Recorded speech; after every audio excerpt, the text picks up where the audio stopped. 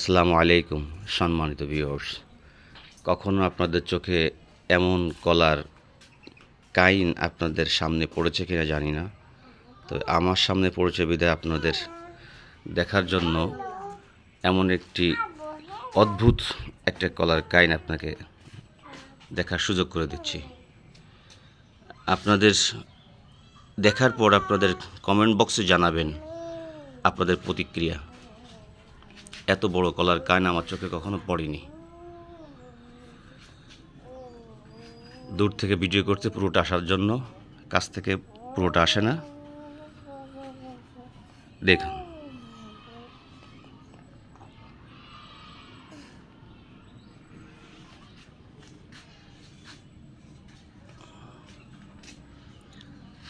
মাটিতে ঝুলে পড়তেছিল, তাই বেঁধে রাখছি। এক মাথা, দুই মাথায় বাঁধা।